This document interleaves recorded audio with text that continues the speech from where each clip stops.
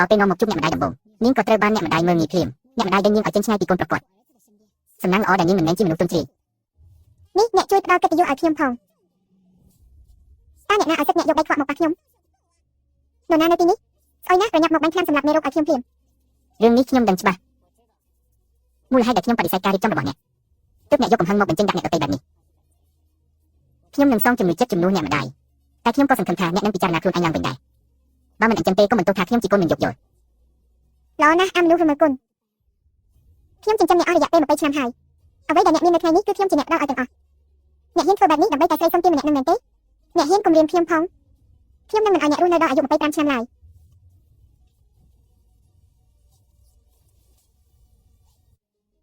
គាត់គឺជាម្ចាស់ស្រីពាក់កណ្ដាលនៃត្រកូលហ្វូអ្នកមិនគួរមកប្រមាថគាត់ទេខ្ញុំមិនខ្វល់ថាគាត់ជាអ្នកណាទេឲ្យតែមកធ្វើបាបម្ចាស់ការងាររបស់ខ្ញុំគឺមិនបានដាច់ខាតបើមិនអញ្ចឹងទេគាត់នឹងត្រូវទទួលផលវិបាកមិនខានស្មោះត្រង់ល្អណាស់តើនរណានៅទីនេះមកហែកមាត់នាងឲ្យខ្ញុំមកចូលមកឲ្យអស់មកខ្ញុំហាត់ក្បាច់គុណជាមួយខ្លាឃ្មុំនៅលើភ្នំតាំងពីតូចតើខ្ញុំត្រូវខ្លាចពួកឆ្កែបម្រើដូចជាអ្នកឯងដែរមែនទេលោកម្ចាស់ប្រយ័ត្នខ្ញុំចូលរំដៃត្រូវអ្នកណាខ្ញុំនឹងធ្វើឲ្យស្រីសុំទានម្នាក់នេះលើកជង្គង់សំពះសុំទោសខ្ញុំនៅថ្ងៃនេះឲ្យបានមកចូលមកទៀតមក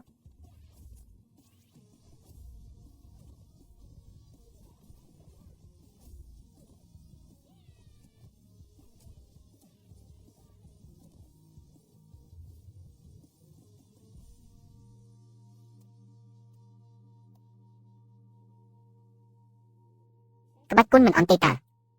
លោកស្រីចង់បន្តទៀតទេហ្វូជិនឈួនតើអ្នកទៅរកពួកភេរវករនេះមកពីណា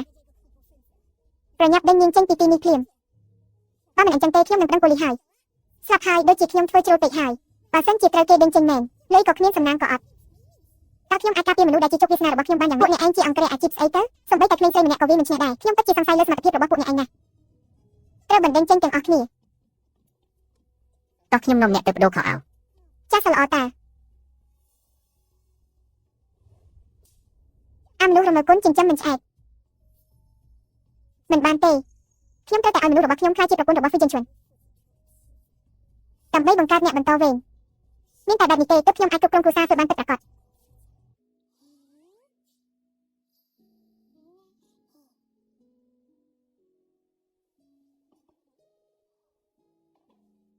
អនុប្រធានសាកល្បងស៊ុបពៅពិសេសរូបមន្តសម្ងាត់ពីភូមិថងរបស់ពួកយើងទៅចុះនេះជាលើកដំបូងហើយដែលមានគេស្ម័គ្រចិត្តធ្វើស៊ុបពៅឲ្យខ្ញុំ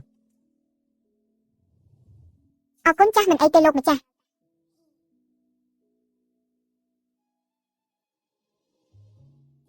មានរឿងមួយខ្ញុំចង់សួរតើកញ្ញាបេជាគូដណ្ដឹងរបស់អ្នកមែនទេអង្គុយឲ្យស្រួលបួលទៅខ្ញុំមានគូដណ្ដឹងហើយអ្នកមើលទៅហាក់ដូចជាខកចិត្តណាស់អត់មានទេមិនមែនរាល់ពេលដែលអ្នកឈឺត្រូវការឲ្យគេអប់អ្នកឲ្យណែនទេអីបើសិនជាកញ្ញាបេពិតជាគូដណ្ដឹងរបស់អ្នកមែនការដែលអ្នកមកអប់អ្នកដទៃបែបនេះវាមិនសូវល្អទេបើមិនអប់លោកម្ចាស់តើឲ្យខ្ញុំខ្ចីសំណាងរបស់គាត់មកសង្កត់ព្រំលិខិតខ្ញុំយ៉ាងម៉េចទៅដើម្បីតាមរកមនុស្សដែលព្រំលិខិតកំណត់ឲ្យខ្ញុំកុំបារម្ភអី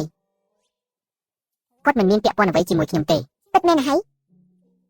មិនស្រួលទេលោកប្រធានហ៊ីវលោកស្រីចង់រៀបចំពិធីជួបមុខរកគូឲ្យអ្នកនៅយប់នេះមិនថាអ្នកទៅចូលរួមឬក៏អត់ទេគាត់នឹងប្រកាសប្រាប់ក្នុងសង្គមជាន់ខ្ពស់ទាំងអស់ថា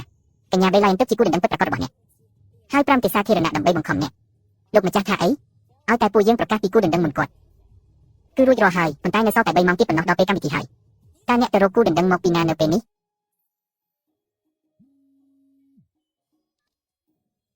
បាក់ខ្ញុំដឹងហើយនៅក្រុមហ៊ុនមានការប្រញាប់បន្តិចនៅសារពិធីឲ្យថងសៀងទៅជួយពន្យាពេលសិនទៅគឺខ្ញុំ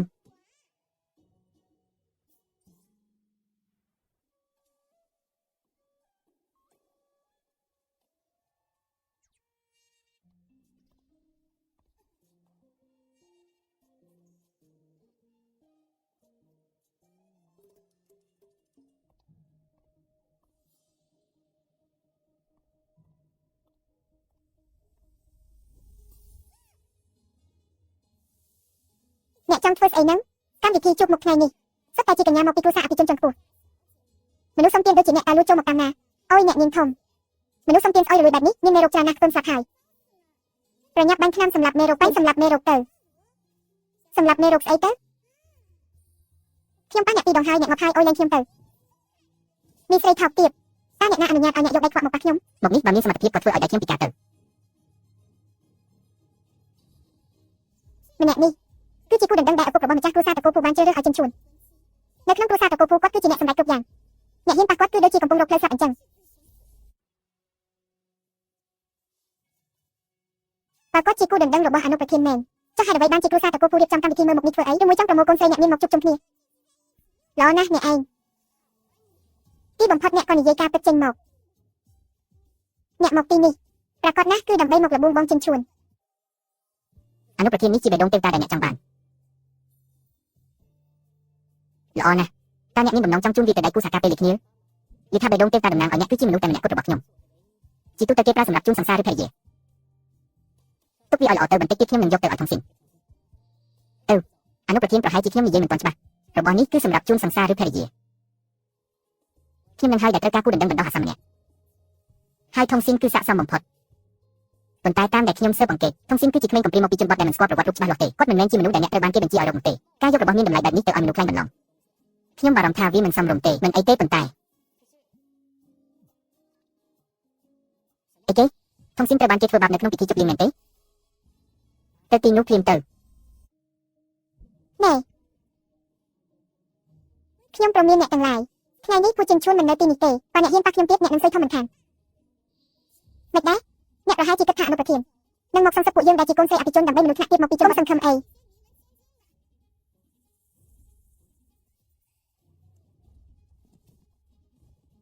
មានតែអ្នកនាងប៉ៃម្នាក់គត់ដែលស័ក្តិសមនឹងអនុប្រធានមនុស្សស្រីស្រាយដូចជាអ្នកគុំយកសັບទាំងថ្ងៃអីជាតិនឹងជាក្រោយឬជាក្រោយទៀតអ្នកស័ក្តិសមត្រឹមតែធ្វើជាអ្នកបម្រើរបស់ខ្ញុំប៉ុណ្ណោះចាំមើលថាអ្នកណាស្អីមើលចុះតើខ្ញុំមានស្អីអីនៅ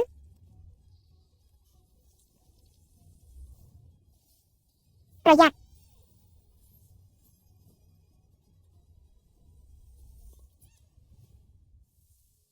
ហួយខ្ញុំប្រាប់អ្នកតាំងពីយូរហើយ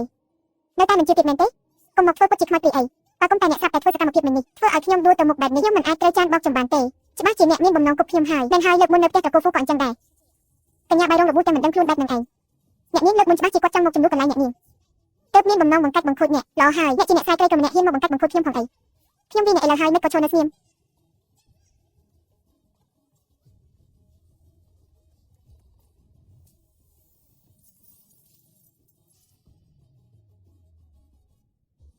ឃើញទេខ្ញុំប្រាប់ហើយថាឲ្យតែជួបខ្ញុំអ្នកច្បាស់ជាបង្កបញ្ហាអ្នកមានបំណងរុញបំស្រាសំប៉ាញ់ឲ្យដួលអ្នកចង់ឲ្យខ្ញុំខ្មាស់គេមែនទេអ្នកខ្សែដូចជាអ្នកពិតជាកាច់សាហាវគ្មានសុជីវធម៌មែនខ្ញុំគ្រាន់តែចំណាំអ្នកមិនបានតើ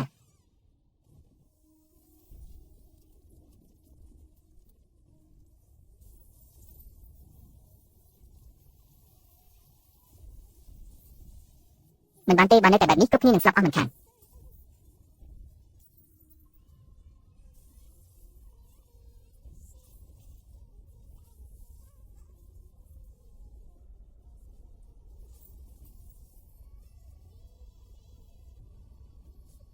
មិនសុខចិត្តមែនទេ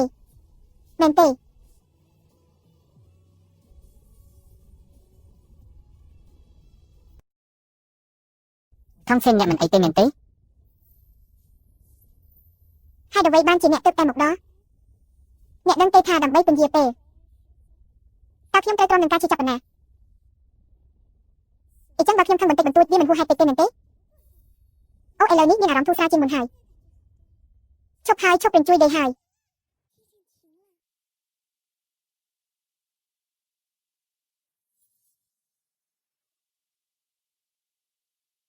បងចិញ្ចួនគាត់គឺជាមនុស្សចង្រៃ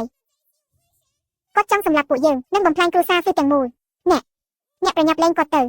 កុំឲ្យសំណាងអាក្រក់របស់គាត់ឆ្លងមកលើអ្នកឲ្យសោះអនុប្រធានហេតុអ្វីអ្នកការពារស្រីអ្នកស្រែបែបនេះកញ្ញាបេទើបតែជាគូដណ្ដឹងរបស់អ្នកត្រូវហើយបងចិញ្ចួនអ្វីដែលយីយនិយាយគឺត្រឹមត្រូវណាស់ខ្ញុំទើបតែជាគូដណ្ដឹងរបស់អ្នកគួរតែការពារខ្ញុំទើបត្រូវអនុប្រធានកញ្ញាបេឡើងជាគូដណ្ដឹងរបស់អ្នកចំណែកស្រីបម្រើម្នាក់នេះជាមនុស្សចង្រៃមកពីស្រែបានចូលមកផ្ទះតកូហ្វេនេះចាត់ទុកថាមានសំណាងណាស់ទៅហើយតែជាហ៊ានមកធ្វើបាបកញ្ញាបេទៀតតាមគំនិតខ្ញុំគួរតែកាត់ជើងគាត់ឲ្យបាក់ហើយបោះចេញពីផ្ទះគាត់ដើម្បីឲ្យកញ្ញាបេអស់ចិត្តត្រូវហើយបោះគាត់ចេញទៅបោះចេញទៅ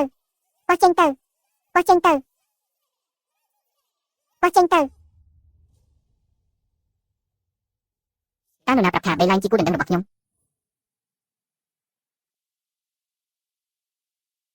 ចិត្តដូចក្មេងទើបតែជាគូដណ្ដឹងរបស់ខ្ញុំ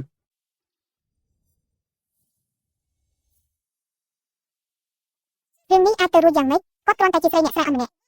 តើគាត់មានសិទ្ធិអីមកធ្វើជាលោកស្រីតូចត្រកូលធ្វើត្រូវហើយគាត់គ្មានចំណេះដឹងគ្មានខ្សែស្រឡាយគ្មានបង្អែកអីទាំងអស់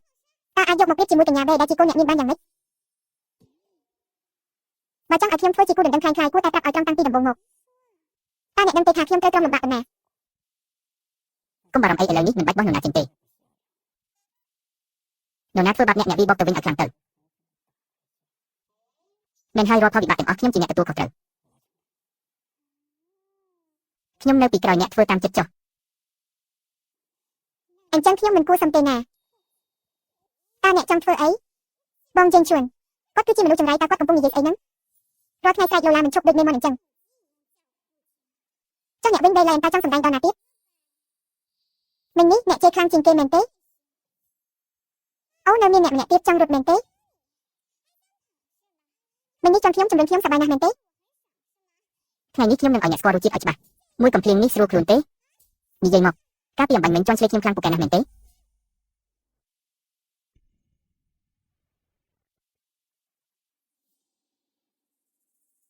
អនុប្រធានពួកយើងសុទ្ធតែជាគ្រួសារអភិជនក្នុងក្រុមយើងចឹងអ្នកបណ្ដោយឲ្យឈ្មោះម្នាក់នេះមកពីពួកយើងនេះដូចជាតែកំភ្លៀងគ្រួសារដែលនៅពីក្រោយពួកយើងអញ្ចឹងអ្នកមិនខ្លាចគ្រួសារធំរបស់ពួកយើងរួមកម្លាំងគ្នាដួលរំលំគ្រួសារតកូហ្វូទេអីល្អណាស់លេខាជីនក្នុងរយៈពេល3នាទីខ្ញុំចង់ឲ្យតកូចៅនិងតកូលីរលាយបាត់ពីក្រុមយើងចឹងអនុប្រធានខ្ញុំនឹងទៅចាត់ការភ្លាមពួកយើងមានពីរាប់រយឆ្នាំនៅក្នុងក្រុមយើងចឹងមិនមែនអនុប្រធានដូចជាអ្នកនិយាយមួយម៉ាត់អាចកំទេចបានឡើយមែនហើយយ៉ាងណាក៏ពួកយើងជាគ្រួសារអភិជនរាប់រយឆ្នាំដែរពីយ៉ាងទៀតអ្នកទៅតែមកកាន់កាប់តកូហ្វូបានមិនទាន់ប៉ុន្មានផងគាត់មនុស្សក្នុងវាសនាមិនឃើញទេអ្នករស់មិនផុតអាយុ25ឆ្នាំឡើយ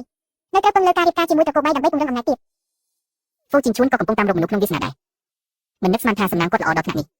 នឹកស្មានមិនដល់ថាគាត់មានវាសនាដូចខ្ញុំដែរមើលទៅខ្ញុំត្រូវតែប្រញាប់រកមនុស្សក្នុងវាសនាឲ្យឃើញហើយបើមិនដូចឈ្មោះអាមកងឆ្កែឆ្មាទាំងនេះច្បាស់ជាហ៊ានមកប្រហារនៅចំពោះមុខខ្ញុំមិនខានហើយនៅមានអ្នកទៀតអ្នកស្មានថាខ្លួនឯងជាស្អីទៅហ៊ានមកនៅចំពោះមុខខ្ញុំពិតមកទៅអនុប្រធានគឺជាលេខ1ក្នុងក្រុមយើងចឹងគ្រាន់តែគាត់កម្រើកកម្រាមដៃបន្តិចពួកស្រមោចដូចជាអ្នករស់មិនបានមួយឆ្នាំផងតើដល់វិញអ្នកមកចង្អុលមកស្ដីឲ្យគេនៅទីនេះតាំងពីអង្ការកុំបារម្ភអីកំចាត់ពួកគាត់មិនបាច់ចាំដល់មួយឆ្នាំទេ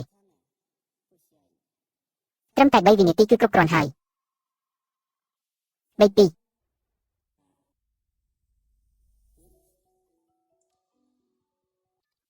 អាពួកតិរិឆានតើអ្នកបានធ្វើស្អីខ្លះនៅផ្ទះត្រកូលហ្វូពីហ៊ុនគ្រួសារយើងត្រូវបានត្រកូលហ្វូបោកកំទេចអស់ហើយ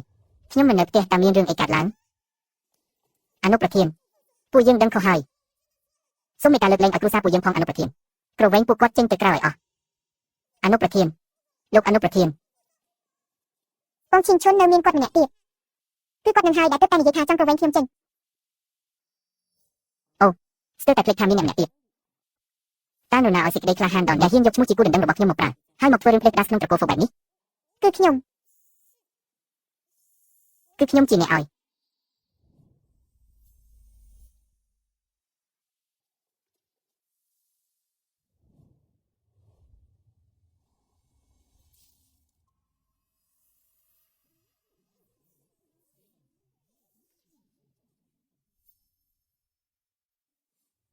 លោកហ្វូអ្នកមិនអីទេមែនទេអ្នកម្ដាយតើអ្នកកំពុងធ្វើអ្វីហ្នឹងទោះបីជាអ្នករកអ្នកមានគុណសង្គ្រោះជីវិតអ្នកមិនឃើញក៏ដោយក៏មិនបាច់ប្រញាប់បន្តពូជពង្សឲ្យត្រកូលហ្វូដល់ថ្នាក់អ្នកគួរតែរកអ្នកដែលមានឋានៈស្មើគ្នាមិនមែនជាអ្នកជនបទថោកទាបម្នាក់នេះទេម្ចាស់ស្រីនៃត្រកូលហ្វូគួរតែជាកូនស្រីអភិជនខ្ពង់ខ្ពស់ដូចជាលៀនណាចុះអ្នកជនបទវាថាម៉េចអ្នកជនបទមានចិត្តល្អស្មោះត្រង់មិនចេះសម្ដែងមិនដូចសាច់ញាតិខ្លះដែលមានតែចិត្តអាក្រក់ពេញខ្លួននោះទេបើអ្នកម្ដាយពេញចិត្តកញ្ញាបេហើយអញ្ចឹងអ្នកទាំងពីរទៅចុះសម្បត្តិអាពាហ៍ពិពាហ៍នៅបរទេសទៅទោះជាយ៉ាងណាខ្ញុំមិនទៅដាច់ខាតក្នុងជាតិនឹងខ្ញុំមានគូដណ្ដឹងតែម្នាក់គត់នោះគឺថងខេនលោកហ្វូហ៊ីនិយាយបែបនេះជាមួយឡាញវិចិនផងឬមួយគាត់ស្រឡាញ់ខ្ញុំមែនទេ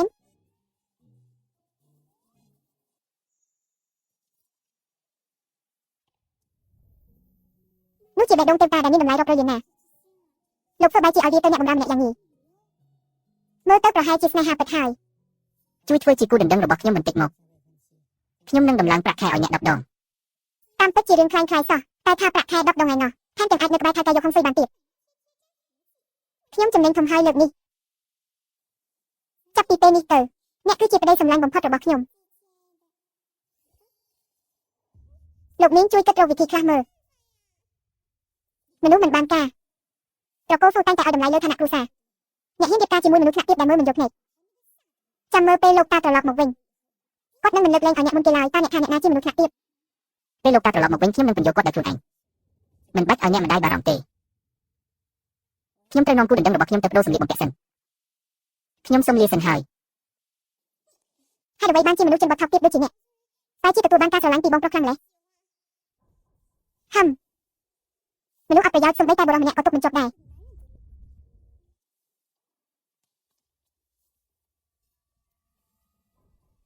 អាឡូលោកស្រីដល់ណាហើយដល់ប្រលានយន្តហោះហើយមែនទេល្អណាស់ខ្ញុំដឹងហើយ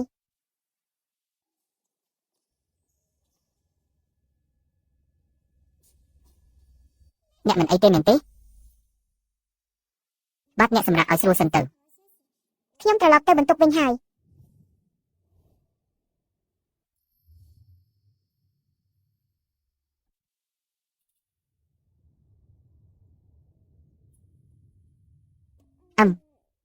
លេខាគឹមតាអនុប្រធានជាជំនឿអ្វីឲ្យប្រកាសទៅហើយអ្វីក៏ភ្លាមបែបនេះតើគ្មានវិធីបង្ការទេអីករណីអនុប្រធានគឺមកពីសំណាងត្រឡប់មកវិញឲ្យតែគាត់ទទួលយកសំណាងល្អដែលមកភ្លាមមិនថាដោយផ្ទាល់ឬដោយប្រយោលវានឹងធ្វើឲ្យប៉ះពាល់ដល់បេះដូងហើយថ្ងៃនេះក៏ជាថ្ងៃខួបកំណើតគាត់ដែរប្រហែលជាមានអ្នកណាម្នាក់ក្នុងពេលដែលគាត់មិនដឹងខ្លួនបានជូនកាដូឲ្យគាត់ហើយតែអញ្ចឹងតើមិនមែនមានន័យថាមួយជីវិតនេះគាត់មិនអាចប្រារព្ធពិធីខួបកំណើតបានទេអីគួរឲ្យអាណិតណាស់ចាំបន្តិចជោគជតារបស់ខ្ញុំនឹងគាត់បំពេញឲ្យគ្នាទៅវិញទៅមកខ្ញុំអាចរៀបចំខួបកំណើតឲ្យគាត់បានតើទៅចាត់ការភ្លាមទៅបាទ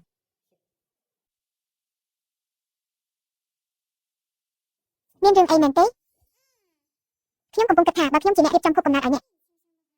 ប្រហែលជាមិនអីទេអ្នកចាំសិនអូមិនបាច់ទេ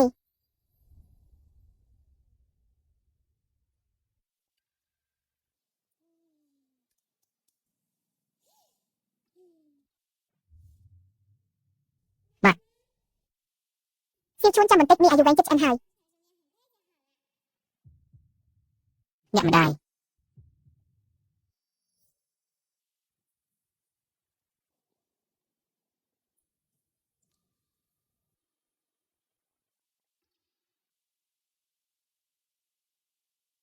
គ្រាន់តែជាមានអាយុវែងមួយចានសោះ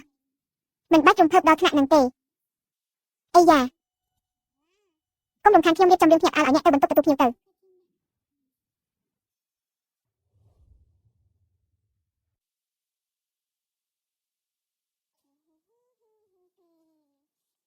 ហេមានអាយុវែងមកហើយមកសាក់ភ្លុកមើលទៅ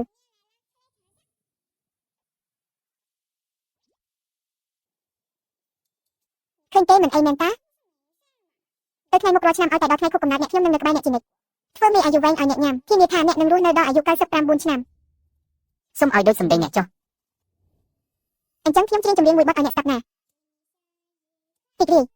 ថ្ងៃកំណើតអ្នករីករាយថ្ងៃកំណើតអ្នករីករាយថ្ងៃកំណើតអ្នករីករាយថ្ងៃកំណើតអ្នក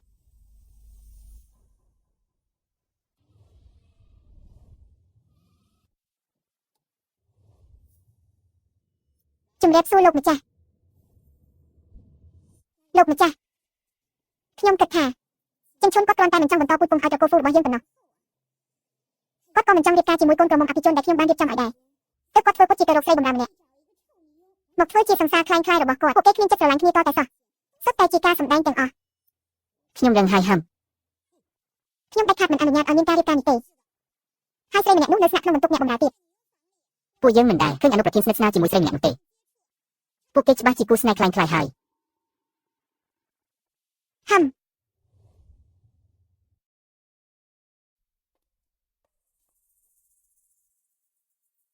មានរឿងអីមែនទេអូមានប្រឡាក់អីបន្តិចហើយភរិយាអនុប្រធានបានអញ្ជើញលោកម្ចាស់មកពីបរទេសវិញហើយជិតដល់ផ្ទះហើយលោកតាត្រឡប់មកវិញហើយមែនទេឥឡូវគាត់ដល់ណាហើយចេញដំណើរមួយសន្ទុះហើយតិចទៀតដល់ហើយ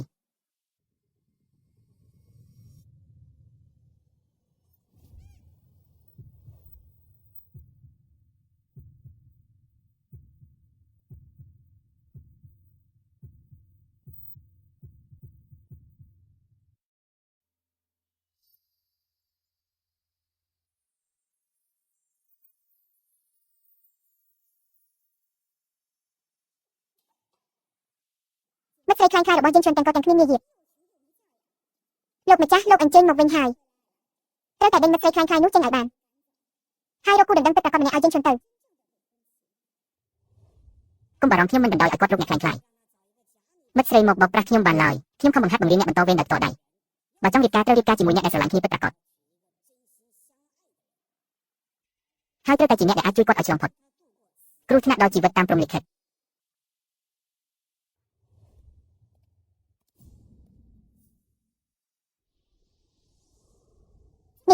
នេះជាមិត្តស្រីខ្លាំងៗមែនទេ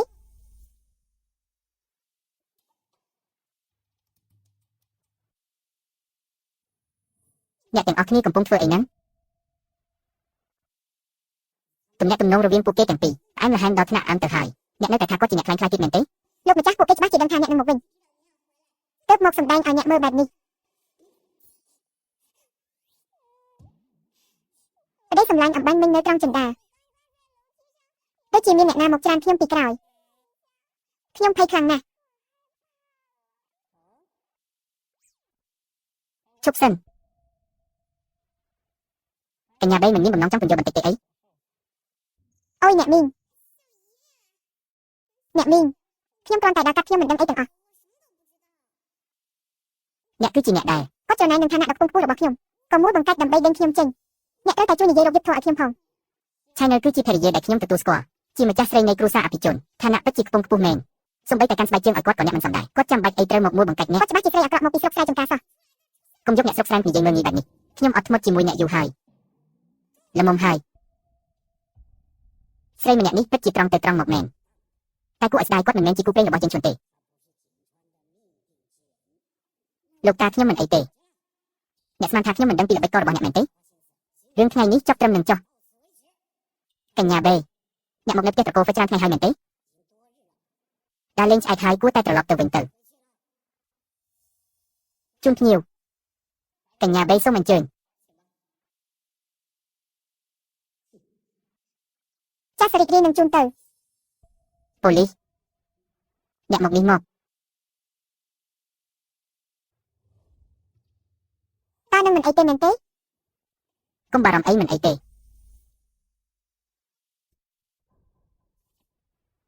មានតែអ្នកនៅជាមួយគូព្រេងដែលកាត់ក្នុងថ្ងៃយើងនឹងមកយើងប៉ុណ្ណោះទើបអាចឆ្លងផុតគ្រោះថ្នាក់ដល់ជីវិតក្នុងវ័យ25ឆ្នាំបានតែស្រីម្នាក់នេះមិនត្រឹមតែមានប្រវត្តិមិនល្អថែមទាំងជាស្រីនាំស្រីទៀតគាត់ច្បាស់ជាមិនមែនជាគូព្រេងរបស់អ្នកទេពេលគាត់ចេញពីផ្ទះត្រកូលធ្វើភ្លាមទៅខ្ញុំនឹងរកគូព្រេងពិតប្រាកដដើម្បីកែខៃវាសនាតែថងសេនមានអត្ថន័យពិសេសសម្រាប់ខ្ញុំពេលនេះខ្ញុំនៅមិនទាន់អាចបែកពីគាត់បានទេខ្ញុំមើលទៅអ្នកប្រហែលជាត្រូវស្រីមិនអាគមម្នាក់នោះសណ្ដំអស់ហើយល្អបើអ្នកមិនព្រមកុំបន្ទោសថាខ្ញុំជាចាស់ទុំម្នាក់នេះចេញមុខដោយខ្លួនឯងឲ្យសោះនរណានៅខាងក្រៅតើពួកអ្នកចង់ធ្វើអ្វី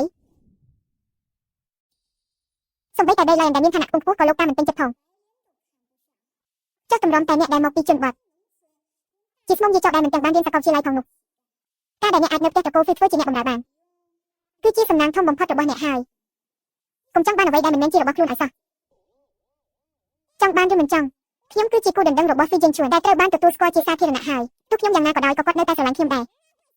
អ្នកធ្វើអីហ្នឹងខ្ញុំកំពុងឆ្លោះជាមួយគេតាអ្នកនាំខ្ញុំទៅណាលោកតាមានការអីមែនទេ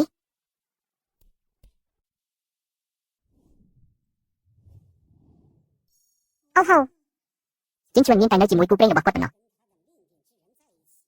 ទើបអាចកែប្រែប្រេងវាសនាបាន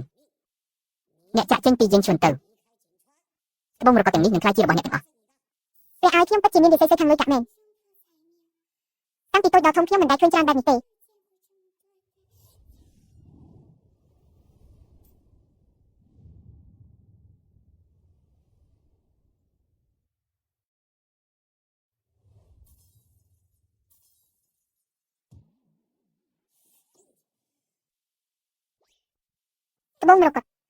ត្បូងមរកតរបស់ខ្ញុំ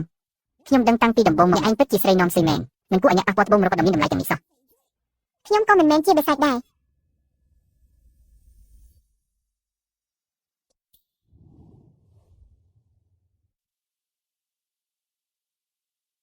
យកសាច់ទេនេះទៅសិនទៅ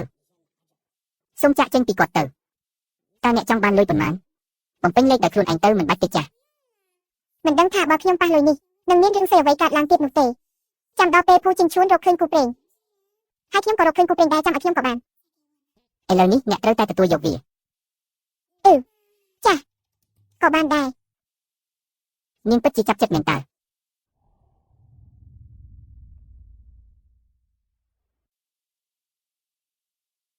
មិនជឿថាដោះស្រាយក្មេងស្រីដូចអ្នកមិនចេញនោះទេ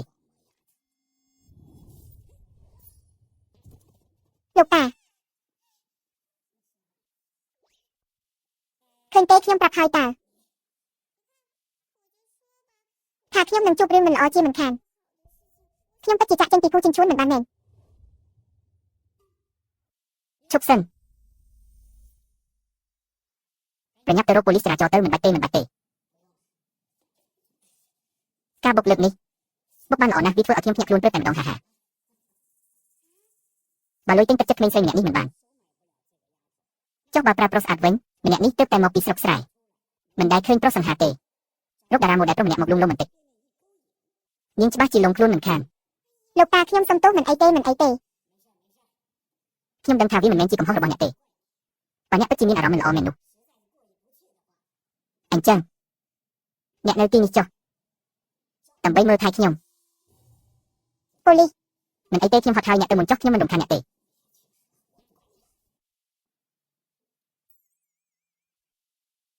សៀងដើរទៅក្រៅជាមួយតាចាស់លោកតាដើរយឺតណាស់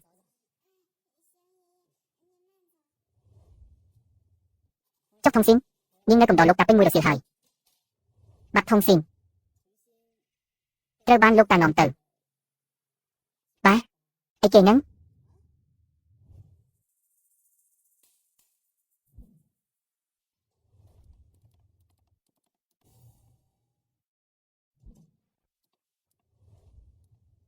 ត្រូវរកគ្នាណាស់តើជ្រើសរើសតាមចិត្តទៅលោកតាពួកយើងចេញមកក្រៅយូរពេកហើយបើមិនត្រឡប់ទៅវិញទេខ្ញុំបារម្ភថាអនុប្រធាននឹងមានរឿងពួកយើងទៅហើយទោះជាយ៉ាងណាគ្រួសារតកូហ្វីវគឺខ្ញុំជាអ្នកសម្រេចតើអ្នកខ្លាចគាត់ធ្វើអីលេងឲ្យសប្បាយទៅខ្ញុំមិនមែនមានន័យបែបហ្នឹងទេខ្ញុំពិតជាបារម្ភថាគាត់នឹងពួកអ្នកទាំងអស់គ្នាបង្ហាញសមត្ថភាពពិសេសរៀងខ្លួនមកបំរើអ្នកនាងធំម្នាក់នេះឲ្យបានល្អហា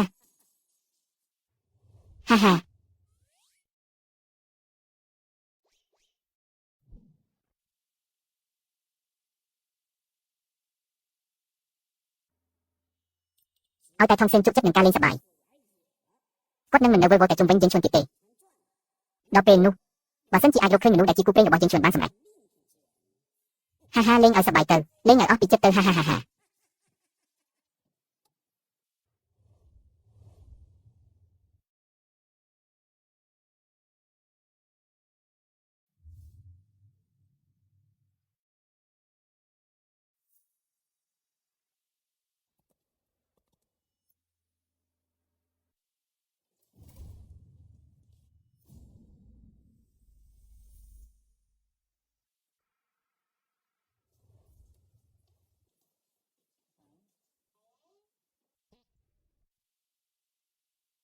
កំដរពួកគេលេងឲ្យសប្បាយទៅទីយើងឈួនទីបំផុតអ្នកមកដល់ហើយសុំទោសលោកតាត្រឡប់ទៅជាមួយខ្ញុំវិញ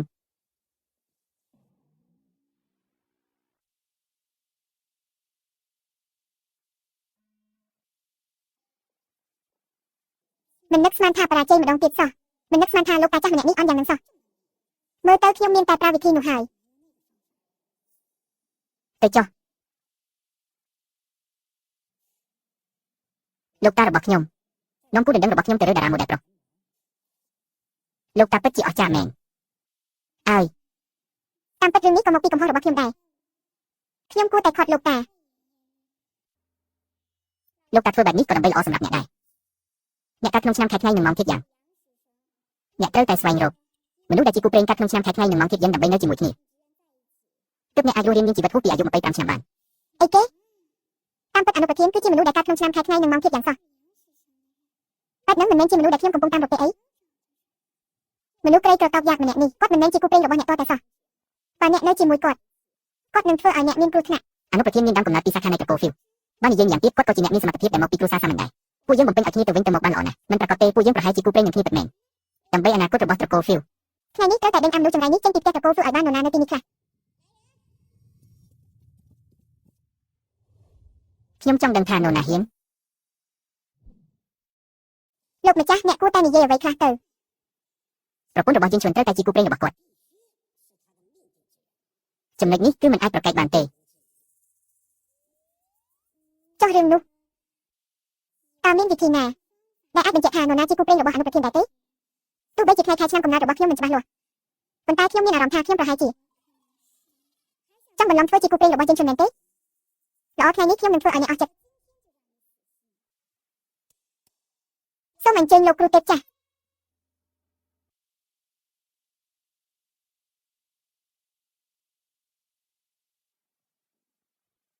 តើនេះជាលោកគ្រូទេពចាស់មែនទេមើលទៅមិនសូវដូចសោះហាក់ដូចជានៅក្មេងបន្តិចនេះគឺជាសិស្សចុងក្រោយរបស់លោកគ្រូទេពចាស់គឺលោកគ្រូទេពតូយ៉ាវកុំមើលឃើញថាលោកគ្រូយ៉ាវនៅក្មេងឲ្យសោះ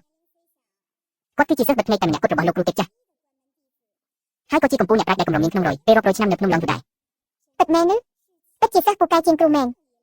ត្រឹមត្រូវហើយញាតិញោមកុំមើលមនុស្សតែសម្បកក្រៅទោះបីជាខ្ញុំនៅក្មេងប៉ុន្តែសមត្ថភាពរបស់ខ្ញុំគឺខ្លាំងណាស់រឿងហេតុនៅលើលោកនេះខ្ញុំមើលធ្លុះតែមួយផ្លែតប៉ុណ្ណោះមនុស្សស្រីក្រីក្រណំគ្រោះថ្នាក់បែបនេះលោកគ្រូយ៉ាវមើលតែមួយផ្លែតក៏ដឹងដែរអ្នកមិនមែនជាគូព្រេងរបស់យើងទេហេតុ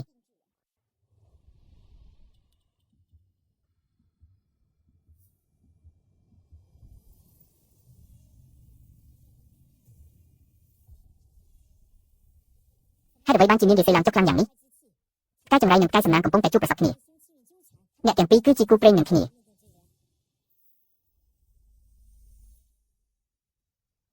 លោកគ្រូយ៉ាវតើអ្នកទីខុសឬអត់តើនាងអាចជាគូព្រេងរបស់យើងជន់យ៉ាងម៉េចទៅខ្ញុំបានបើកភ្នែកទៀតហើយមិនអាចមើលខុសដាច់ខាតពិតមែនហើយនាងគឺជាគូព្រេងរបស់ខ្ញុំល្អណាស់ជាងជន់រួចខ្លួនហើយពីមុនខ្ញុំធ្លាប់និយាយថាកញ្ញាម្នាក់នេះមិនអន់ទេមែនទេនាងនឹងយើងជន់គឺជាគូដែលមេកំណត់មកឲ្យហាលេខាយើងអ្នកទៅរៀបចំទៅព្រឹកស្អែកទៅចុះសម្បត្តិអាពាហ៍ពិពាហ៍ចុះសម្បត្តិរួចហើយក៏រៀបការភ្លាមតែម្ដងបាទលឿនណាស់ពីមុនអ្នកមិនបាននិយាយបែបនេះទេមិនអាចទៅរួចទេមិនអាចទៅរួចដាច់ខាតគូព្រេងរបស់យើងជន់ច្បាស់ណាស់ថាបានតើនាងយ៉ាងម៉េចទៅហើយនាងស្លាប់យូរហើយគឺខ្ញុំជាអ្នករុញនាងធ្លាក់ជ្រុះដោយផ្ទាល់ដៃលោកគ្រូទេវៈតូចយ៉ាវពីមុនលោកគ្រូទេវៈចាស់ធ្លាប់និយាយថាគូព្រេងរបស់យើងជន់គឺជាអ្នកកាត់ខែយិនជាកូនស្រីអភិជនដែលកើតក្នុងថ្ងៃយិននឹងម៉ោងយិនតែឥឡូវអ្នកបែរជានិយាយថាស្រីចម្រៃម្នាក់នេះជាគូព្រេងរបស់យើងជន់ទៅវិញឬមួយលោកគ្រូទេវៈចាស់ទីខុស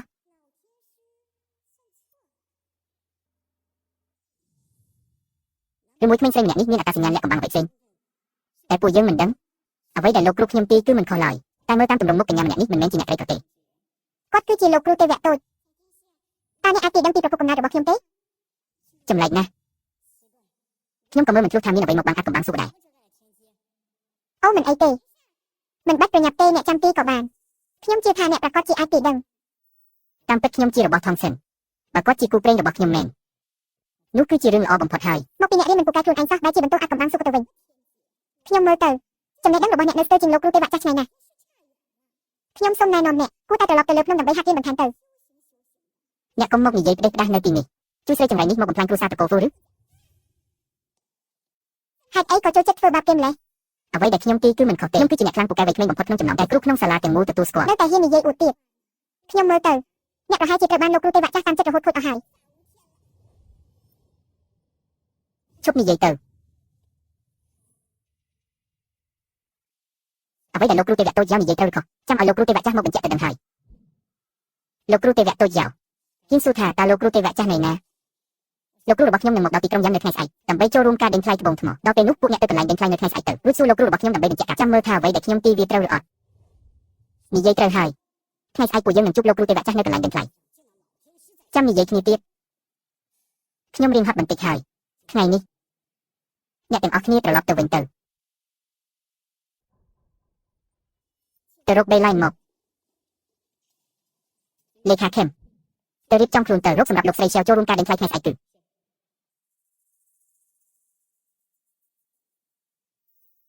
ើយើងពិតជាគូព្រេងនឹងគ្នាអត់ចាំមើលលទ្ធផលទូទាយរបស់គ្រូធំនៅថ្ងៃស្អែក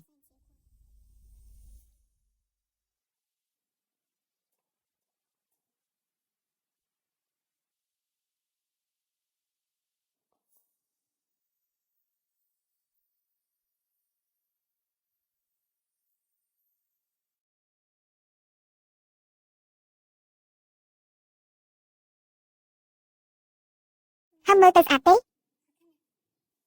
អូឈុតនេះសំនឹងអ្នកខ្លាំងណាស់មកពីភ្នែកអ្នកពូកែមើលជាពិសេសស្បែកជើងមួយគូនេះខ្ញុំចូលចិត្តខ្លាំងណាស់លោកស្រីចូលប្រយ័ត្នបន្តិចដូរពាក្យស្បែកជើងផ្ទាត់សិនទៅត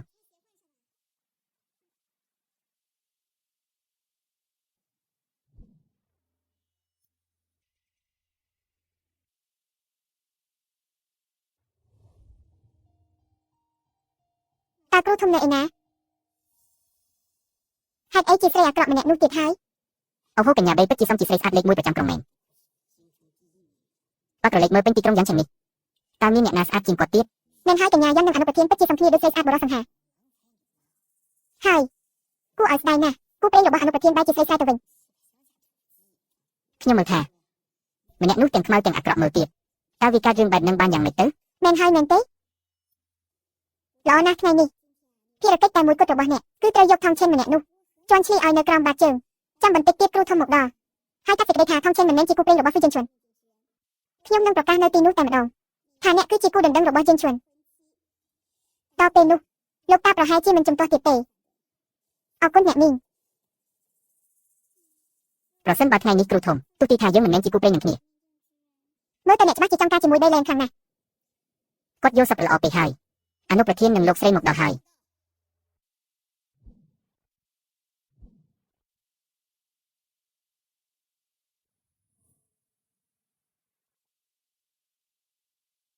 ប៉ាវតាស្រីស្អាតនៅក្បែរអនុប្រធានជាកូនស្រីអភិជនគ្រួសារណាទៅគាត់ថែមទាំងស្អាតជាងកញ្ញាបេដែលល្បីថាស្អាតបំផុតទៅទៀតតែឃើញសោះនឹងគេមិនបានហៅឈ្មោះទេអីគឺជាលោកស្រីតាលោកស្រីមិនមែនថាគាត់ជាអ្នកស្រាយទាំងចាស់ទាំងអាក្រក់ទេអីអូមែនហើយមិនបាច់រៀបចំធំដុំបែបនេះទេដឹងមិនអីទេរឿងតូចតាចសោះគួរឲ្យខាងណាស្មានមិនដល់ថាឲ្យអ្នកស្រាយនឹងសំណាងបែបនេះបន្តិចទៀតខ្ញុំនឹងធ្វើឲ្យអ្នកដួលកាត់មុខនៅចំពោះមុខអ្នកនាងទាំងអស់ចាំមើលថាអ្នកនៅតែចេះសម្ដែងទៀតអត់តោះទៅមើលខាងនោះបន្តិចមិនក៏វាមិនទាន់បាក់ទៀត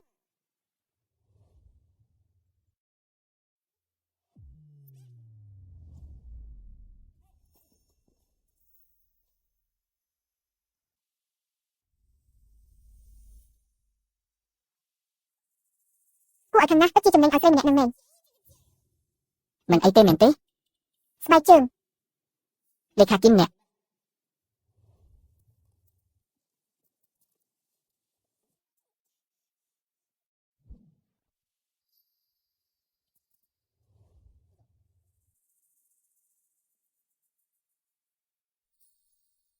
អនុប្រធានម្នាក់នេះពិតជាមានមន្តស្នេហ៍ខ្លាំងណាស់ហា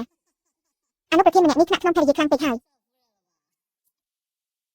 ស្បែកមុខស្អាតស្បែកមុខមានសំណើមស្មូតជាចំណុចតាក់ទាញដែលមនុស្សគ្រប់គ្នាต้องប្រាថ្នាសាលបងប្រើប្រាស់ UV True Brand បងអាន Skin Care ធានាលោកអ្នកនឹងទទួលបានស្បែកមុខស្អាតដូចកូនក្មេងមាន SPF 50+4 ជួយការពារកម្ទេចកំទីធូលីដីនិងផ្សែងឡានជាពិសេសគឺការពារស្បែកមុខពីពន្លឺព្រះអាទិត្យបាន2ដងសាច់ UV ម៉ាត់ខៃទន់លាបលើផ្ទៃមុខរាបស្មើស្អាតមិនកកមិនប្រតិចប្រតាមិនស្អិតទោះបីត្រូវទឹកក៏មិនហូរចេញពីផ្ទៃមុខតែពិសេសគឺជួយបង្រួមរញើសធ្វើឲ្យស្បែកដែលធ្លាប់តែខ្មៅស្អាតប្រែទៅជាភ្លឺថ្លាបែប Glow Glass Skin ក្នុងរយៈពេលដ៏ខ្លីចង់ប្រើអាចទៅតុងទិញតាមរយៈលេខទូរស័ព្ទឬឆាតចូល Page មួយទី$8ទិញពីទីតម្លៃ$15 free សេវាដឹកទូទាំង25ខេត្តក្រុងគួរឲ្យចំណាយណាស់ពិតមែនហើយប្រសិនបើលោកគ្រូធំអាចបញ្ជាក់ថាធំស៊ីនគឺជាគូព្រេងរបស់អនុប្រធាននោះវានឹងល្អឥតខ្ចោះតែម្ដងមិនក៏កែងស្បែកជើងបាក់បាត់ទៅហើយអ្នកបម្រើដែលយកស្បែកជើងខ្ញុំទៅការពីម្សិលមិញហាក់ដូចជាមនុស្សរបស់លោកស្រីខ្ញុំថាហើយមិនក៏មានអារម្មណ៍ថាដូចធ្លាប់ស្គាល់ម្លេះហួសហេតុពេកហើយសំបីតែរឿងប៉ុណ្ណឹងអ្នកក៏ធ្វើមិនបានល្អដែរទៅថ្ងៃមុខអ្នកនឹងស្នំតំណែងជាលោកស្រីតកូហ្វូបានយ៉ាងម៉េចអ្នកមីងផ្ដល់ឱកាសឲ្យខ្ញុំម្ដងទៀតមកខ្ញុំបានត្រៀមថ្មត្បូងយ៉ាងល្អរួចរាល់ហើយគ្រប់ដុំសុទ្ធតែអាចឆ្នៃចេញជាត្បូងរកដ៏ល្អច្បាស់ជាអាចតាក់ទាញចំណាប់អារម្មណ៍បានខ្លាំងហើយនឹងជន់ឈ្លីនៃស្រែធំស៊ីនឲ្យនៅក្រោមបាតជើងខ្ញុំនឹងជួយអ្នកបញ្ចេញកំហឹងកុំមើលមកខ្ញុំ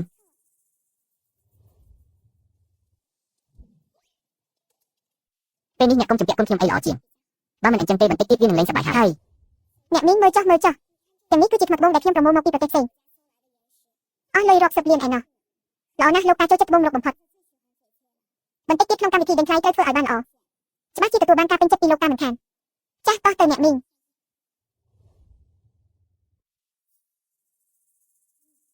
បើអ្នកមិនយកយល់កុំបន្ទោសថាខ្ញុំគ្មានមេត្តា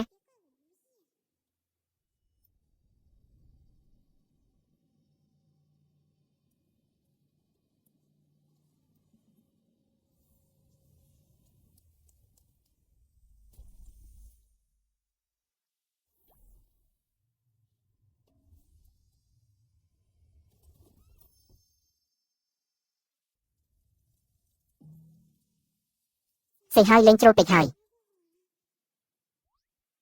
រត់ឲ្យលឿនចាប់តាំងពីនៅជាមួយថងស៊ីនមកអនុប្រធានកាន់តែមានភាពស្និទ្ធស្នាលជាងមុនមិនដឹងថាពេលណាទើបលោកគ្រូធំមកដល់ទេពិតជាសង្ឃឹមថាពួកគេទាំងពីរគឺជាគូព្រេងនឹងគ្នាណាស់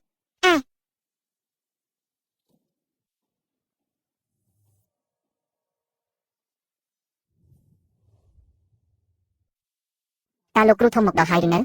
លោកគ្រូធំមិនទាន់មកដល់ទេលោកតាឬមួយលោកតាទៅមើលការដេញថ្លៃសិនទៅមិនអីទេខ្ញុំចាំគាត់នៅទីនេះហើយបើលោកគ្រូធំមកដល់នឹងមានគេមកប្រាប់មិនខានលោកតានៅចាំទីនេះម្នាក់ឯងប្រកាសជាអត់សុខហើយខ្ញុំទើបតែទទួលបានត្បូងល្អមួយចំនួនបើលោកតាអាចជួយពិនិត្យមើលឲ្យលេងទៅបន្តិចនោះពិតជាល្អណាស់ហា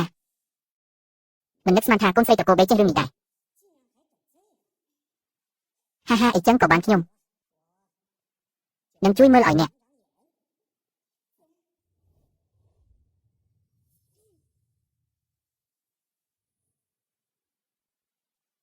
ទាំងពីរមកចូលស្ទះនៅទីនេះធ្វើអីគឺថាអ្នកនាងដែរទទួលបានត្បូងល្អខ្លះខ្ញុំចង់ដឹងចង់ឃើញក៏ចង់មកមើលដែរអ្នកប្រកាសទេអ្នកនាងថងខ្ញុំមិនមែនចង់សាច់ចំអកឲ្យអ្នកទេអ្នកគ្រាន់តែជាមនុស្សមកពីជនបទតើអ្នកស្គាល់ត្បូងថ្មខុសពីថ្មឡប់នៅតាមភ្នំរបស់អ្នកយ៉ាងម៉េចខ្លះនៅចង់មកមើលទៀតមិនខ្លាចគេសាច់ដាក់ទេអីពិតមែនហើយ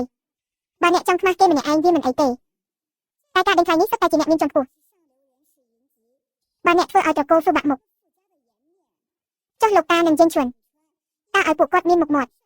នៅក្នុងសង្គមជាន់ខ្ពស់ទៀតយ៉ាងម៉េចហើយដើម្បីអ្នកប្រកាសថាអ្នកដែលខ្មាស់គេគឺជាខ្ញុំមិនមែនជាអ្នកផ្សេងទៅវិញតើអ្នកចង់មានន័យថាម៉េចខ្ញុំជាកូនស្រីត្រកូលអភិជនមើលរបស់មានតម្លៃរាប់មិនអស់តើអាចមកចាញ់ដោយសារធ្វើប៉ុន្មានដុំនេះមែនទេតើអ្នកហ៊ានភ្នាល់ជាមួយខ្ញុំទេចាំមើលថាអ្នកណាជាអ្នកខ្មាស់គេពិតប្រាកដភ្នាល់ក៏ភ្នាល់មានអីមិនហ៊ានខ្ញុំមានប៉ារបស់ខ្ញុំដែលជាអ្នកមានសំណាងខ្លាំងបំផុតជួយពីក្រោយគ្រាន់តែខ្ចីសំណាងបន្តិចបន្តួចក៏អាចឈ្នះអ្នកបានយ៉ាងងាយដែរបើចង់ភ្នាល់ត្រូវតែមានប្រាក់ភ្នាល់មនុស្សដូចអ្នកដែលគ្មានលុយសំបីមួយរៀលតើមានអីមកភ្នាល់ជាមួយខ្ញុំប្រាក់ភ្នាល់របស់គាត់ខ្ញុំជាអ្នកចេញឲ្យហេតុអីគាត់ត្រូវប្រើលុយរបស់អ្នកបានហើយអីចឹងមិនបាច់ប្រើលុយគាត់ទេល្មមតែខ្ញុំសន្សំបានលុយផ្ទាល់ខ្លួនមួយចំនួនអីចឹងយករបស់នេះមកភ្នាល់ជាមួយអ្នកចោះនេះមិនមែនជាការខ្មៅផ្ដាច់មុខរបស់ត្រកូលហ្វីទេអីមិននឹកស្មានថាបងចេញឈ្មោះហ៊ានឲ្យរបស់នេះទៅអ្នកសោះអ្នកមានសិទ្ធិអីមានស្រីថោកទៀត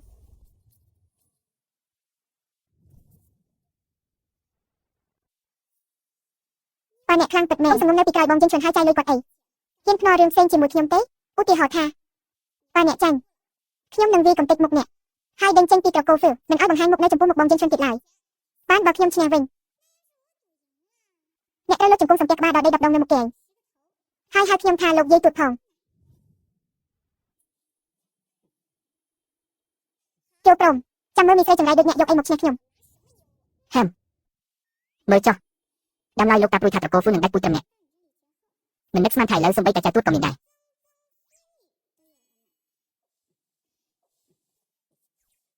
អូយ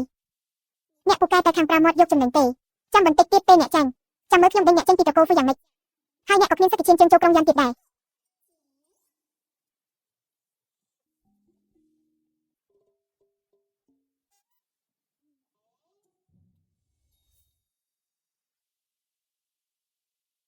ត្បូងដៃនេះខ្ញុំដេញថ្លៃបានក្នុងតម្លៃខ្ពស់ពីអាហ្វ្រិកវាជាត្បូងរកធារីកម្រិតខ្ពស់100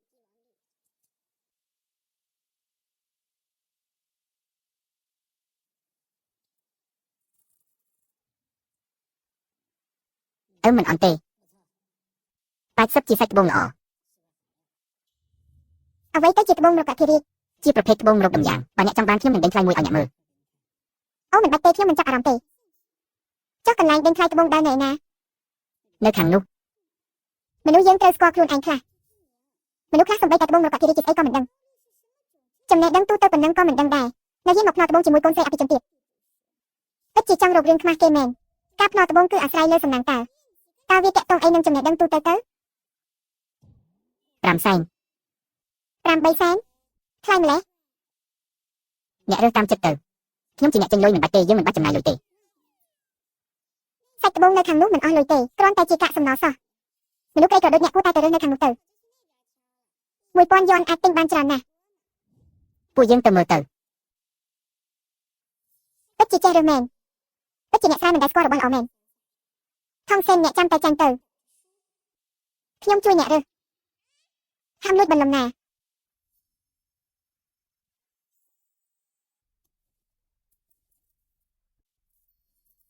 ខ្ញុំធ្លាប់ទៅថាពេលអ្នកអតីតទទួលបានរបស់ពីខ្ញុំពួកគេនឹងមានសំណាងល្អសង្ឃឹមថាវាអាចជួយអ្នកបានអរគុណ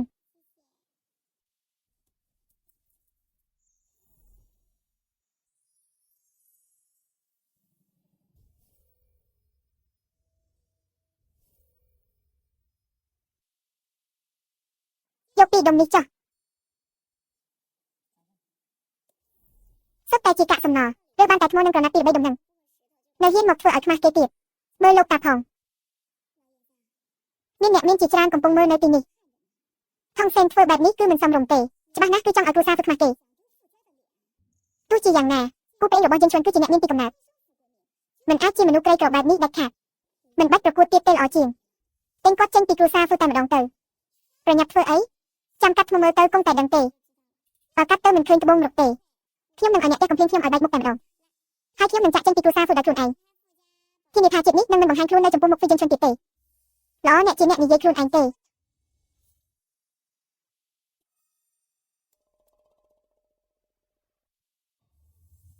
ចាំបន្តិចកាត់របស់ខ្ញុំមុនគេដើម្បីឲ្យអ្នកស្រាយដូចអ្នកបានបើកភ្នែកមើលពិភពលោកខ្លះមើលថាអ្វីទៅជាហៅថារបស់ល្អកាត់ទៅវ៉ាវត្បូងរកពណ៌បៃតងអធិរាជបាត់មកកំបែបនេះសុទ្ធតែជាត្បូងរកអធិរាជមែននោះតម្លៃរបស់វានឹងឡើងរាប់សិបដងតម្លៃថ្មនេះឥឡូវលើសពី100លានហើយឡើងថ្លៃរាប់សិបដងបាត់ទៅហើយមនុស្សដូចអ្នកមួយជីវិតនេះប្រហែលជាមិនដែលឃើញលុយច្រើនបែបនេះទេចាំអីទៀតហ៊ានភ្នាល់ត្រូវហ៊ានចាញ់តើអ្នកចង់ធ្វើខ្លួនឯងវាឲ្យខ្ញុំជាអ្នកវា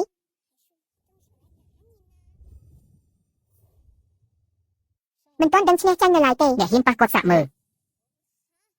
អញ្ចឹងខ្ញុំយកតាមមុខបងជិញជន់ចុះខ្ញុំលើកលែងឲ្យអ្នកប៉ុន្មាននាទីសិនខ្ញុំចង់ចាំមើលណាស់ថាតើថ្មប្រយោជន៍ពីដុំរបស់អ្នកអាចចេញរបស់ល្អអ្វីខ្លះកុំអាខ្វល់ថាខ្ញុំអាចបាត់បានរបស់អ្វី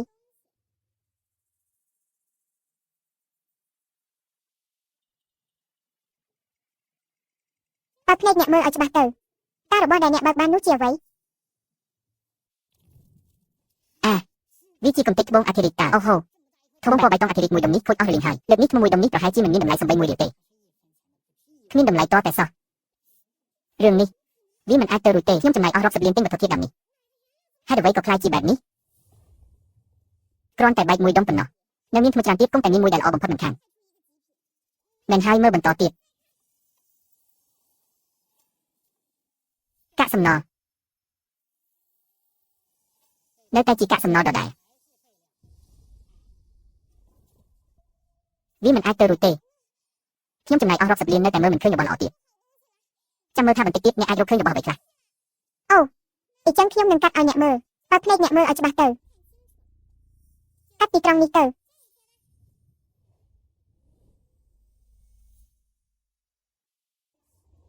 មើលឲ្យច្បាស់ទៅអ្នកមិនយល់ដឹងអីសោះមែនពិតជាមនុស្សមកពីស្រែចម្ការមែនការកាត់ត្បូងថ្មគេត្រូវកាត់ពីពាក់កណ្ដាលតើ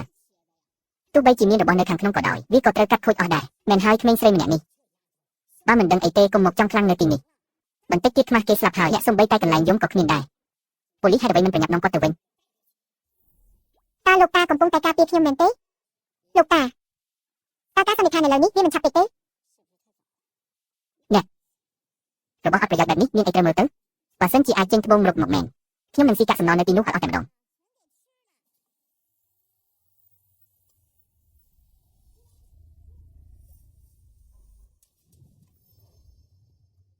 ឈប់សិនវាជាត្បូងពណ៌បៃតងអធិរាជកម្រិតខ្ពស់បំផុតអូចំណេញនៅទីនោះតាសូមអ្នកពិសាតាមសម្រួលចុះគ្មានអ្នកណាប្រាប់អ្នកទេឪពុករបស់អ្នកគាត់គ្រាន់តែមានសំណាងខ្លាំងប៉ុណ្ណោះទើបកាត់ចេញមកបានស្រទាប់ស្ដាងបែបនេះបើខ្លាំងពិតមែនសាក់កាត់មួយដុំទៀតឲ្យខ្ញុំមើលខ្ញុំមិនជឿថាអ្នកអាចកាត់វាចេញមកបានទេចុះបើខ្ញុំកាត់វាចេញមកបានតើគិតយ៉ាងម៉េចបើអញ្ចឹងខ្ញុំនឹងហុចមុខឲ្យអ្នកទេតែម្ដង ក្នុងពេលដែលអ្នកហុចមុខឲ្យខ្ញុំទៅហើយអញ្ចឹងខ្ញុំនឹងទះឲ្យបែកមុខតែម្ដង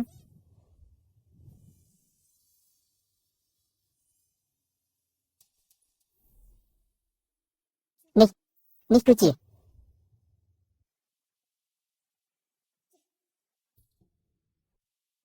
មើលចុះអ្នកធ្វើឲ្យលោកម្ចាស់ខឹងអស់ហើយ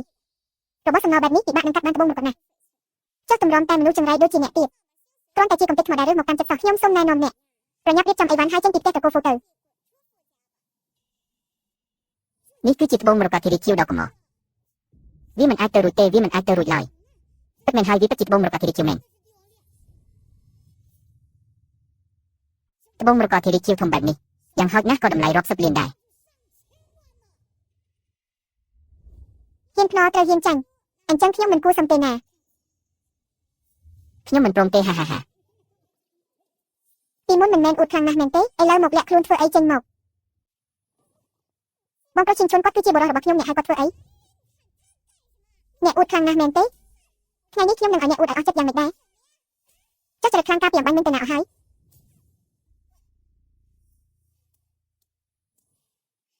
ឥឡូវនេះដល់ពេលត្រូវលើកជង្គង់សំទះឲ្យខ្ញុំថាលោកយាយទួតហើយមែនទេខ្ញុំមិនព្រមទេអ្នកគ្រាន់តែជាមនុស្សចង្រៃម្នាក់ប៉ុណ្ណោះកាត់មកនាំតែរឿងស្អីខ្ញុំមិនជឿថាអ្នកអាចមើលដឹងថាជាត្បូងអធិរាជអីនោះទេបើខ្លាំងពិតមែនសាក់កាត់មួយដុំទៀតមើលខ្ញុំមិនជឿថាដុំនោះអាចកាត់ចេញត្បូងបានទៀតទេបានអញ្ចឹងខ្ញុំនឹងកាត់ឲ្យអ្នកមើលដើម្បីឲ្យអ្នកអស់ចិត្តតែម្ដងឈប់សិនបើដុំនេះកាត់មិនចេញត្បូងទេការភ្នាល់មុននេះចាត់ទុកជាមុខៈចុះបើខ្ញុំកាត់ចេញជាត្បូងរកវិញមិនអាចទេបើអ្នកកាត់ចេញមែនទៅថ្ងៃមុខឲ្យតែខ្ញុំជួបអ្នកនៅក្នុងក្រុមយន្តឆឹងខ្ញុំនឹងលើកជង្គង់សំទះឲ្យអ្នកថាលោកយាយទួតទុកទេបាននិយាយឲ្យត្រូវតែធ្វើតាមសម្ដីកាត់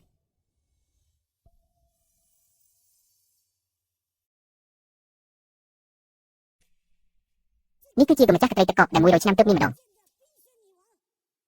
ជាកម្ពុជាត្បូងមូលាហើយតា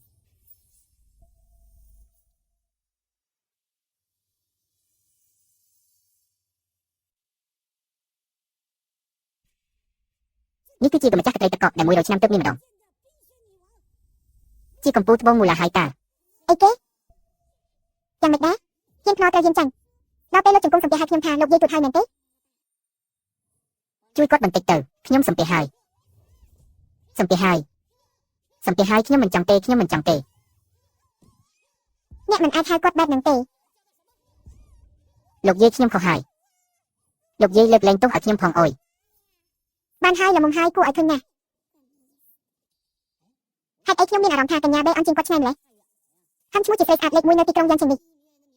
ប្រហែលជាទិញមកទេដឹងមិនក៏ខ្ញុំអាចចាញ់ស្រីអ្នកស្រែបានទៅខ្ញុំទឹកជាស្រីស្អាតលេខ1គ្មានអ្នកណាឈ្នះខ្ញុំបានទេគ្មានអ្នកណាឡើយ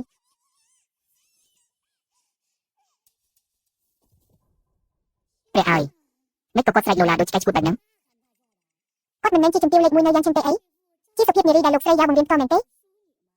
លោកស្រីយ៉ាបង្រៀនគាត់បែបហ្នឹងមែនទេរៀនរបស់ខ្ញុំតែងតែស្លូតបូតរៀបសារណាស់ច្បាស់ជាស្រីចង្រៃម្នាក់នេះហើយតើអ្នកប្រើវិធីអីមកធ្វើបាបលែណាអ្នកទាំងអស់គ្នាដឹងហើយមែនទេចាប់តាំងពីគាត់មកដល់កន្លែងដេញថ្ងៃនេះរឿងស្អីកើតឡើងបន្តគ្នា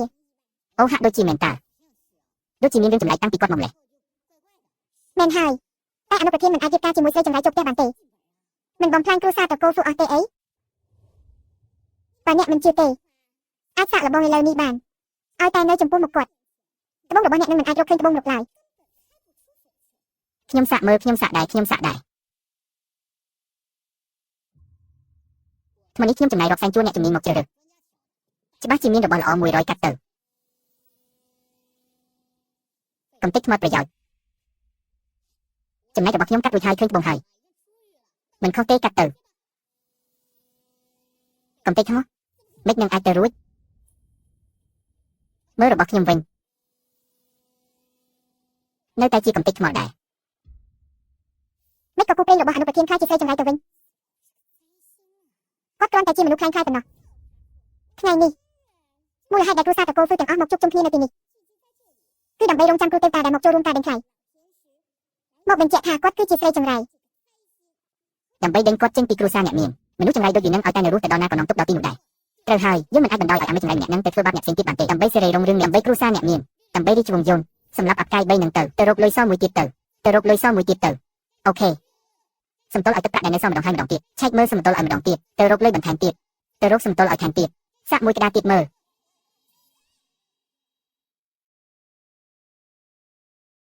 អញអីបានជាចេះតែហ៊ានហាប់មាត់និយាយបែបនេះសម្រាប់លើរឿងស្លាប់រស់របស់ខ្ញុំហើយខ្ញុំជាមនុស្សដែលមានជីវិតរស់នៅពិតអ្នកណាហ៊ានប៉ះគាត់គឺចង់ធ្វើស្ត្រូវជាមួយពុកខ្ញុំហើយកំហឹងរបស់ហ្វូជីយើងទុកមិនចប់ទេអនុប្រធានមនុស្សចម្លែកម្នាក់នឹងមិនអាចជាគូព្រេងរបស់អ្នកបានទេលោកអនុប្រធានបើលោកនៅតែទូចចង់ការពារមនុស្សចម្លែកម្នាក់នេះគឺចង់ធ្វើជាស្ត្រូវជាមួយពួកយើងអ្នកឆ្វាញយន្តទាំងអស់គ្នាហើយលោកអនុលោកឯងវង្វេងនឹងគេអស់ហើយចាំលោកគ្រូអញ្ជើញមកដល់សិនបញ្ជាក់ថាគាត់នឹងហើយគឺជាមនុស្សចម្លែកមិនមែនជាគូព្រេងរបស់លោកអនុប្រធានទេដល់ពេលហ្នឹងប្រហែលជាអ្នកដឹងខ្លួនវិញហើយលោកមហាគ្រូទេពយាងមកដល់ហើយ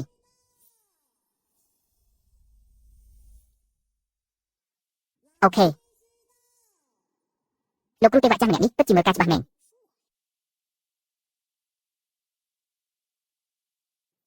ខ្ញុំមិនមែនទេខ្ញុំគឺជាកូនសិស្សរបស់លោកតាទីនស៊ីគាត់មានការប្រញាប់ក៏ទៅភ្នំពេញបាត់ហើយ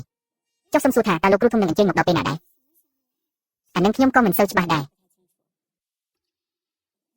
ចុះអញ្ចឹងតើយើងធ្វើម៉េចអាចដឹងឲ្យច្បាស់ទៅយើងគឺជាព្រហ្មលិខិតរបស់គ្នាចំណែករឿងមនុស្សខ្ញុំមិនចាត់មនុស្សឲ្យទៅអញ្ជើញលោកគ្រូធំដោយផ្ទាល់ថ្ងៃនេះទៅផ្ទះសិនទៅកុំទៅខាត់ទេជាមួយពួកអត់បានការអស់នឹងអីឈប់សិនគាត់ទៅមិនបានទេទោះបីជាលោកគ្រូទេពមិនបានមកក៏របស់គាត់ក៏អាចកម្ចាត់ពួកបិសាចចម្លែកបានដែរសូមទើបតាតូចជួយចេញមកកម្ចាត់ពួកអាក្រក់ទាំងនេះផងស្រាប់តែមានទីក្រុងពុកកម្ចាត់អុកត្រកចម្លែកបោកប្រាស់ក្រុងយ៉ាងឈិនកម្ចាត់អំពើអាក្រក់ជួយយ៉ាងឈិនកម្ចាត់អំពើអាក្រក់បោកប្រាស់ក្រុងយ៉ាងឈិនតើគាត់ខ្លាចជាមនុស្សអាក្រក់តាំងពីពេលណាគាត់មិនមែនជាមនុស្សអាក្រក់ទេគាត់គឺជាអនុប្រធានអ្នកមិនអាចព្រោះតែចិត្តអាត្មានិយមដែលជាធ្វើឲ្យគ្រួសារហ្វ៊ីវនិងក្រុមយ៉ាងទាំងមូលជួបគ្រោះថ្នាក់បានទេពិតមែនហើយឲ្យតែគាត់នៅជាមួយខ្ញុំវានឹងមិនមានបញ្ហាអ្វីទាំងអស់លោកម្ចាស់ឥឡូវនេះវាមិនមែនជារឿងរបស់គ្រួសារហ្វ៊ីវទៀតទេបើអ្នកនៅតែបណ្ដោយឲ្យយើងឆាន់បែបនេះទៀតខ្លាចតែនឹងដើរផ្លូវខុសហើយល្អណាស់គឺដើរផ្លូវខុសអីចឹងអេខ្ញុំមិនដឹងថាតាំងពីពេលណាទេតែគ្រូសាហ្វីធ្វើការងារត្រូវមើលមុខអ្នកឯងបែបនេះលោកតាបើអ្នកណាហ៊ាននិយាយមួយម៉ាត់ទៀតគឺជាស្ត្រូវជាមួយគ្រូសាហ្វរបស់ខ្ញុំពួកអ្នកឯងគិតមើលឲ្យច្បាស់ទៅតើពួកអ្នកឯងពិតជាអាចទ្រាំទ្រនឹងកំហឹងរបស់គ្រូសាហ្វីយើងបានមែនទេលោកម្ចាស់មនុស្សចម្លែកម្នាក់នេះពិតជាទុកមិនបានទេមនុស្សរបស់គ្រូសាហ្វីយើងមិនឲ្យអ្នកដទៃមកចាត់ការតាមចិត្តឡើយហើយអង្គរៈ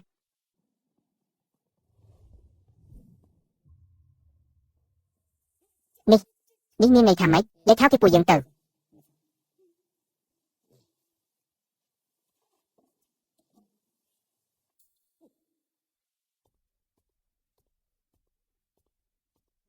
អ្នកមានរបស់អ្វីមែនទេចង់ធ្វើឲ្យគេខឹងមែនទៅនេះទៅហើយតើឲ្យបាត់ប្រជុំយ៉ាងម៉េចទៅ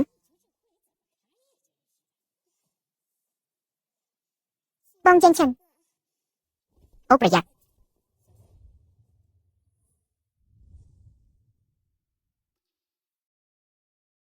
អូសំទោសខ្ញុំមិនបានមើលផ្លូវមុខរបស់អ្នកទឹកម្ដាយរបស់ខ្ញុំកាលនៅក្មេងបេះបិទតែម្ដងទេវតាដែលខ្ញុំបានឃើញក្នុងផែនទីពីមុនគាត់និយាយថាការមកទីនេះរបស់ខ្ញុំប្រកាសជាមាននិស្ស័យនឹងគ្នាឬមួយក៏គាត់គឺជា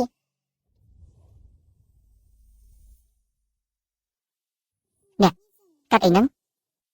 សំទោសគឺគូដណ្ដឹងរបស់ខ្ញុំទេប្រហែលបន្តិចបើអ្នកមានបញ្ហាអ្វីអាចមករកខ្ញុំនៅគ្រួសារធ្វើបានគ្រប់ពេល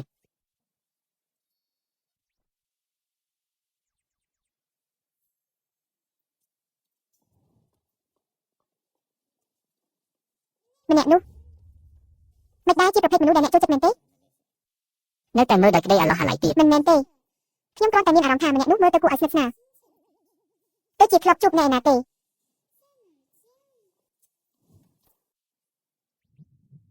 ចាំថាឥឡូវនេះអ្នកគឺជាមនុស្សរបស់ខ្ញុំអ្នកអាចមើលតែខ្ញុំម្នាក់គត់តោះទៅលោកតាកំពុងរងចាំពួកយើងហើយ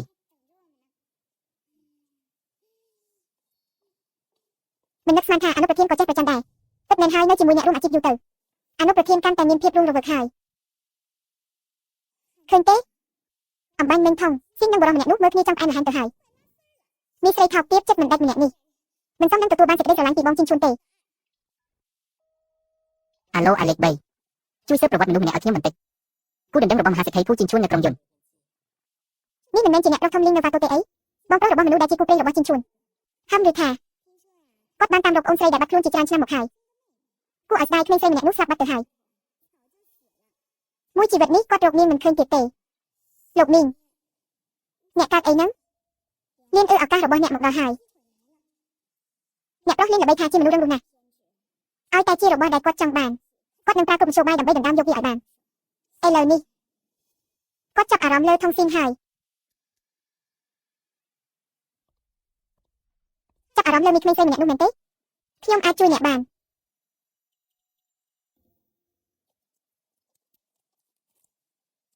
ខ្ញុំជាលោកយាយរបស់ត្រកូលភូ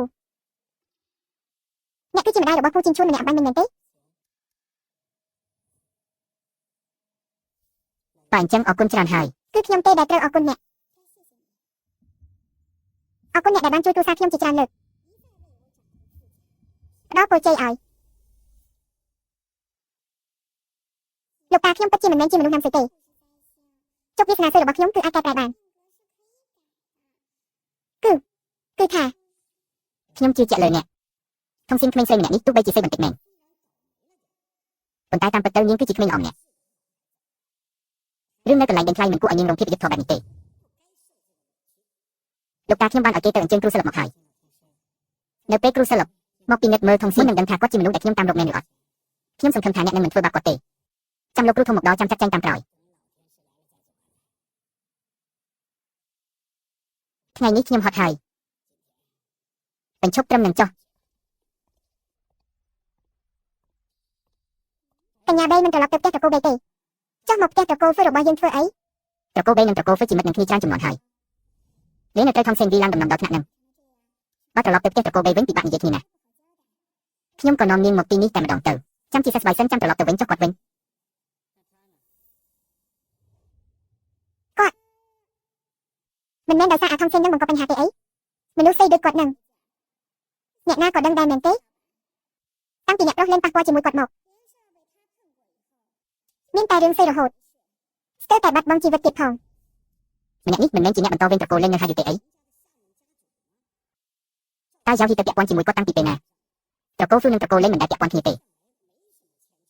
អ្នកមិនមែននិយាយថាបើមានបញ្ហាអាចមករកអ្នកបានគ្រប់ពេលទេអីមិនអាចលេបសម្ដីខ្លួនឯងបានទេណាអូយខ្ញុំជឿណាស់ឈឺទាំងដៃឈឺទាំងជើងក្បាលក៏ឈឺដែរខ្ញុំមានអារម្មណ៍ថាដូចចិត្តស្លាប់ហើយមិនមែនបែបហ្នឹងទេពេលដែលខ្ញុំប៉ះអ្នកខ្ញុំច្បាស់ជាបានទាញទ្វារឡើងតើមិនអាចមានរឿងអីកើតឡើងបានទេ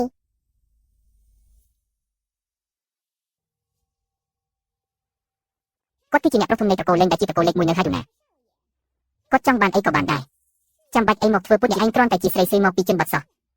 តើគាត់ធ្វើពុតឬអត់ពិនិត្យបន្តិចទៅគង់តែដឹងទេលេខាយិនទៅពិនិត្យមើលគាត់បន្តិចទៅតើគាត់ធ្វើពុតចាប់គាត់បោះចេញទៅក្រៅភ្លាមតែបើជាការពិតត្រកូលហ្វឺរបស់ខ្ញុំនឹងចេញថ្លៃព្យាបាលទាំងអស់យកទេ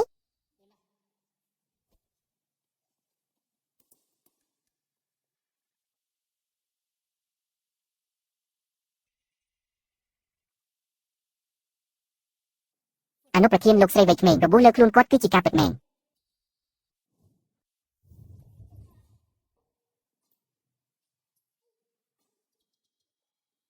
អ្នកប្រុសលេងឆាប់ក្រោកឡើងដើម្បីតែស្រីស្រាយចំការម្នាក់ចាំបាច់ធ្វើដល់ថ្នាក់នឹងដែរអីបើមិនហ៊ានលះបង់ក៏មិនអាចសម្រេចការធំដែរបើមិនដើរជំហាននេះអនុប្រធានក្រុមហ៊ុនរបស់គ្រួសារអ្នកមិនងាយបោកបានទេអាម្នាក់នេះច្បាស់ជាមិនរំពើចិត្តតតែសោះព្រោះតកូលលីម្នាក់នោះមកផ្ទះត្រកូលហ្វូតាមមានបំណងអ្វីឲ្យគាត់បើគាត់មកព្រោះតែថងឆេននោះវាងាយស្រួលនិយាយគ្នាទេប្រសិនបើលោកគ្រូធំមកដល់ហើយកាត់សេចក្តីថាថងឆេនមិនមែនជាគូព្រេងរបស់យើងជួននោះត្រកូលលីក៏ជាកន្លែងដ៏ល្អសម្រាប់ថងឆេនដែរខ្ញុំមើលទៅការស្លៀកពាក់របស់គាត់មិនដូចជាមនុស្សមកធ្វើពុតជាមានគ្រោះថ្នាក់ដើម្បីទារលុយទេមិនដឹងថាប្រហែលជាមកពីខ្ញុំពិតមែនក៏មិនដឹងអាកាសធាតុបែបណាក៏មិនត្រូវភ្លេចលាបឡេការពារកម្ដៅថ្ងៃដែរ UV Chup Brand បង្អាប់ Skincare ស័ក្តិសមបំផុតសម្រាប់ការការពារស្បែកមុខរបស់លោកអ្នកមាន SPF រហូតដល់ទៅ50 PA+4 មានកម្រិតការពារស្បែកមុខពីកាំរស្មីព្រះអាទិត្យបានខ្ពស់បំផុតសាច់ឡេវិញទន់ម៉ត់ងាយស្រួលលាបចូលស្បែកមុខកាន់តែលាបស្បែកកាន់តែស្អាតមិនធ្វើឲ្យស្បែកមុខមានបញ្ហាឡើងរលាកឡើងរោលជាំឬក៏ឡើងមុនអីទេប្រសិនបើអ្នកមានបញ្ហាមុខស្ងួតប្រើគឺកាន់តែត្រូវតែម្ដងព្រោះវាមានជាតិ Moisturizer ដែលជួយឲ្យស្បែកមុខមានសំណើមនិង glow ភ្លឺចាញ់ចាំងផងដែរ UV Chup Brand បង្អាប់ Skincare សុខភាពខ្ពស់ក្នុងការប្រើប្រាស់តំណែងតំណងតាមរយៈលេខទូរស័ព្ទ Richard Chopay ប្រធានក្រុមហ៊ុនមានទ្រព្យសម្បត្តិប្រព័ន្ធតែបែរជាការយកក្មេងស្រីជនបទធ្វើជាប្រពន្ធនឹកស្មានមិនដល់ពេលនាំមកជួបអ្នកម្ដាយដំបូងនាងក៏ត្រូវបានអ្នកម្ដាយមើលងាយភ្លាមអ្នកម្ដាយដេញនាងឲ្យចេញឆ្ងាយ